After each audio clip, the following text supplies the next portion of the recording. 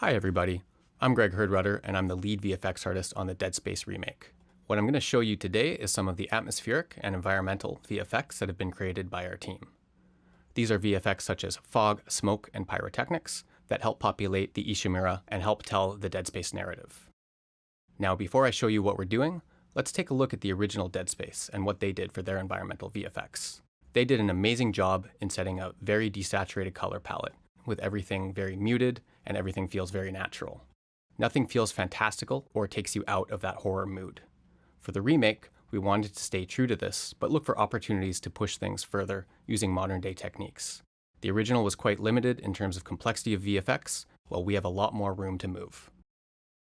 The first thing I'd like to show you is how some of our VFX can react to changing environmental conditions. So here we have a debug scene, and as you can see, it's pretty much empty with some sparks and drips. These are pretty typical VFX that we'll see in a number of locations in the Ishimura to show damaged areas. What I'd like to show you is how these effects can react to changing environmental conditions, and in this case, what happens when gravity is disabled. I'm going to disable the gravity here, and right now we can see that these VFX are behaving differently, and they're no longer falling to the floor. Now there's a lot more happening than just the gravity.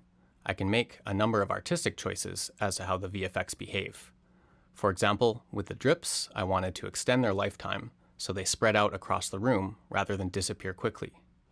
For the sparks, I reduced their turbulent motion because when they had a lot of turbulence, it felt like they were still in normal conditions. There's a number of things that we can modify so that when the player interacts with these effects, they'll feel believable and well integrated. These little details can really add up to help tell the story and make the Ishimura feel like it's alive. Next, I'd like to show you a little bit about our Pyrotechnics Pipeline. I'm looking at one of our explosion effects. This is something we'd see when a small prop is getting destroyed. Here we have a bunch of different elements, like a fireball, smoke, sparks, and debris.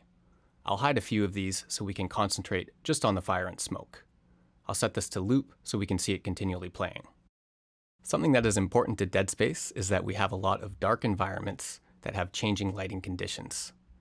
We were finding that elements such as fire and explosions would look way too bright when the environment was dark, and then would be barely visible when the environment was brighter. So what we had to do was to be sure that our source pyrotextures were rendered in full HDR quality to ensure that the final image would contain the full range of brightness values. I'll slow this down a bit so we can see things a bit more clearly. If I zoom in, the exposure will adjust so it doesn't appear too blown out, and when I back off, it will readjust.